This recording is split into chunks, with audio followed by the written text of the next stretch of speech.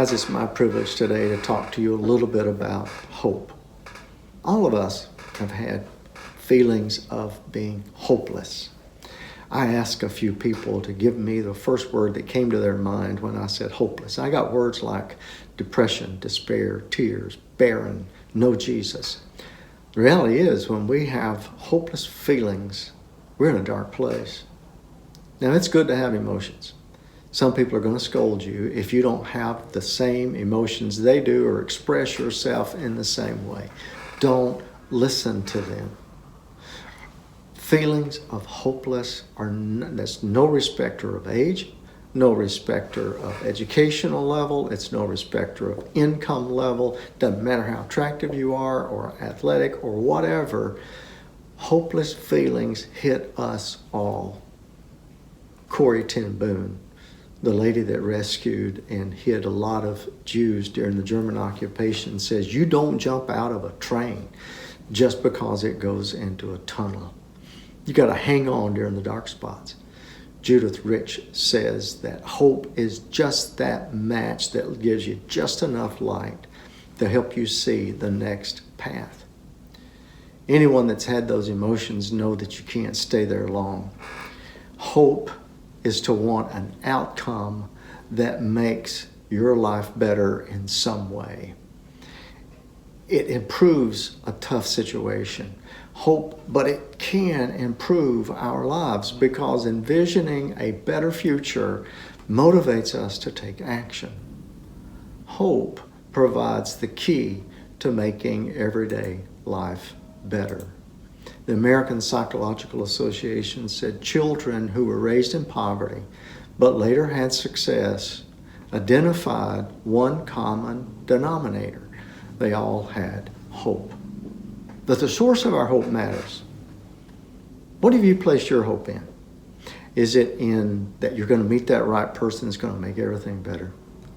Is it that one day you're going to get a high education and that's going to make everything better? Is it that one day you're going to be rich?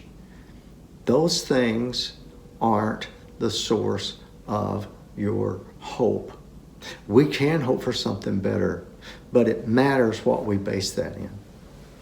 A song by Elevation Worship says, I searched the world over, but it couldn't fill me. Man's empty praise and treasures that fade are never enough. Then you came along and put my life back together, and every desire is now satisfied here in your love. There's nothing better than you. Having hope is essential.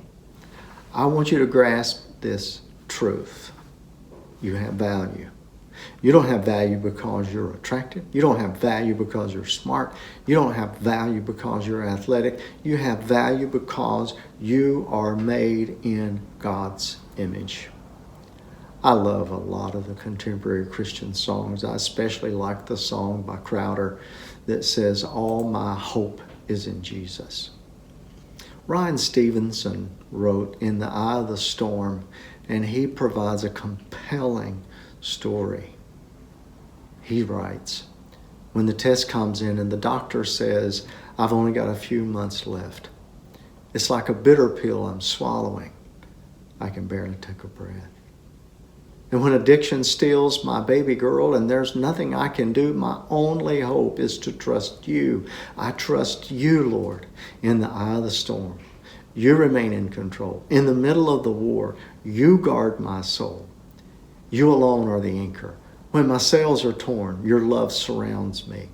When the storm is raging and my hope is gone, when my flesh is failing, you're still holding on.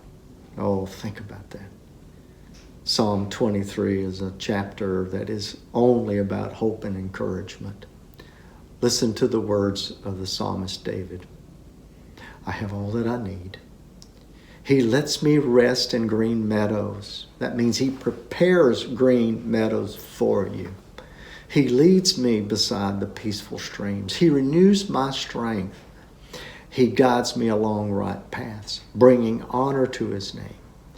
Even when I walk in the darkest valley, I will not be afraid, for you are close beside me.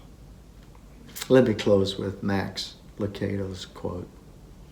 Don't measure the size of the mountain. Talk to the one who can move it. Instead of carrying the world on your shoulders, talk to the one who holds the universe on his. Guys, he is your hope. Regardless of how dark the situation, regardless of how hopeless you feel, he is your hope.